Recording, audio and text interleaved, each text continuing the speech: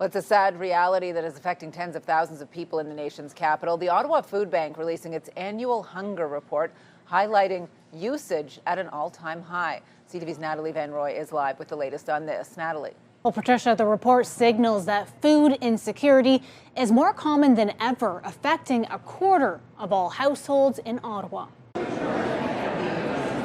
Jonathan Brizard knows well the pain of relying on a food bank to survive. The first time I remember accessing the Ottawa Food Bank is when I was a child.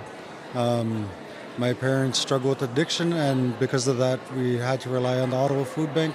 And it lasted for years into adulthood.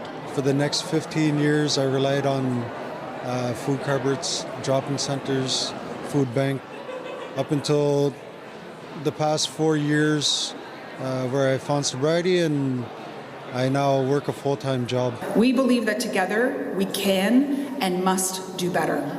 The Ottawa Food Bank's 8th annual hunger report highlighting a crisis in the nation's capital. Visits to the food bank have doubled since 2019, with more than 500,000 visits in 2024 alone.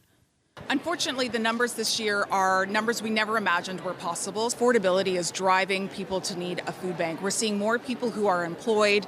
The report shows more than 25% of households in Ottawa experienced food insecurity last year. This isn't just a statistic. It represents real families struggling to put food on the table and afford basic needs.